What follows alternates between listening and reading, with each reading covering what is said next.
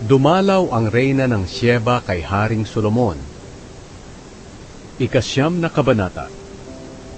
Nang mabalitaan ng reyna ng Sheba ang katanyagan ni Solomon, pumunta siya sa Jerusalem para subukin ang karunungan ni Solomon sa pamamagitan ng mahihirap na katanungan.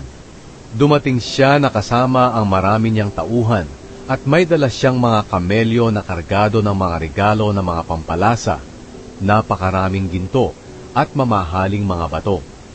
Nang makita niya si Solomon, itinanong niya rito ang lahat ng nasa kanyang isipan. Sinagot ni Solomon ang lahat niyang mga katanungan at walang anumang bagay ang hindi niya naipaliwanag sa kanya. Nang mapatunayan ng reyna ng Sheba ang karunungan ni Solomon at nang makita niya ang ganda ng palasyo na kanyang ipinatayo, lubos siyang namangha.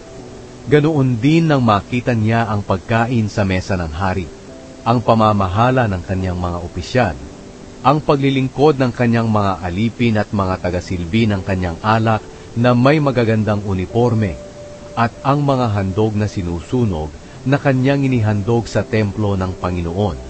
Sinabi niya sa hari, "Totoo nga ang nabalitaan ko sa aking bansa tungkol sa inyong mga gawa at karunungan. Hindi ako naniwala hanggang sa pumunta ako rito at nakita ko mismo. Ang totoo, wala sa kalahati ng nabalitaan ko tungkol sa inyo ang nakita ko. Ang karunungan ninyo ay higit pa kaysa sa nabalitaan ko. Napakapalad ng mga tauhan ninyo. Napakapalad ng inyong mga opisyal na naglilingkod sa inyo, dahil palagi nilang naririnig ang inyong karunungan. Purihin ang Panginoon na inyong Diyos na nalugod sa inyo at naglagay sa inyo sa trono upang maghari para sa Kanya. Dahil sa pag-ibig ng inyong Diyos sa Israel at sa kagustuhan niyang manatili ang bansang ito magpakailanman, ginawa niya kayong hari nito para mamahala na may katarungan at katuwiran. Binigyan niya ang hari ng 5 toneladang ginto, maraming sangkap at mamahaling mga bato. Wala nang makakapantay sa dami ng sangkap na ibinigay ng reyna ng Sheba kay Haring Solomon. May dala rin kay Haring Solomon ang mga tauhan niya at ang mga tauhan ni Hiram na mga ginto, maraming kahoy na almug at mamahaling mga bato galing sa Ophir. Ginamit ng hari ang mga kahoy na almug para gawing hagdanan sa templo ng Panginoon at sa palasyo, at ang iba'y ginawang mga alpa at mga lira para sa mga musikero. Wala pang sinuman ang nakakita ng mga ganoong bagay sa Huda. Ibinigay ni Haring Solomon sa reyna ng Sheba ang kahit anong hingi nito. Mas sobra pa ang ibinigay ni Solomon sa kanya kaysa sa dinala niya. Pagkatapos, umuwi na ang reyna kasama ng mga tauhan niya. Ang kayamanan ni Solomon. Taon-taon, tumatanggap si Solomon ng mga 23 toneladang ginto. Bukod pa rito ang mga buwis na dala ng mga negosyante. Nagbibigay din sa kanya ng mga ginto at pilak ang lahat ng hari ng Arabia at ang mga gobernador ng Israel. Nagpagawa si Haring Solomon ng 200 malalaking pananggalang na ang bawat isa ay nababalutan ng mga 7 kilong ginto. Nagpagawa rin siya ng 300 maliliit na pananggalang na ang bawat isa ay nababalutan ng mga 3.25 kilong ginto. Pinalagay niya itong lahat sa bahagi ng palasyo na tinatawag na kagubatan ng Lebanon. Nagpagawa rin ang hari ng isang malaking trono na gawa sa mga pangil ng elepante at binalutan ito ng purong ginto. May 6 na baitang ang trono at may tungtungan ito ng paa na ginto. Sa bawat gilid nito ay may estatwang leon na nakatayo, at mayroon ding estatwa ng leon sa bawat gilid ng baitang. Ang estatwang leon sa 6 na baitang ay 12 lahat. Walang trono na katulad nito, kahit saan mang kaharian. Ang lahat ng kopa ni Haring Solomon ay purong ginto, at ang lahat ng gamit sa bahagi ng palasyo na tinatawag na kagubatan ng Lebanon ay puro ginto rin. Hindi ito ginawa sa pilak, dahil maliit lang ang halaga nito ng panahon ni Solomon.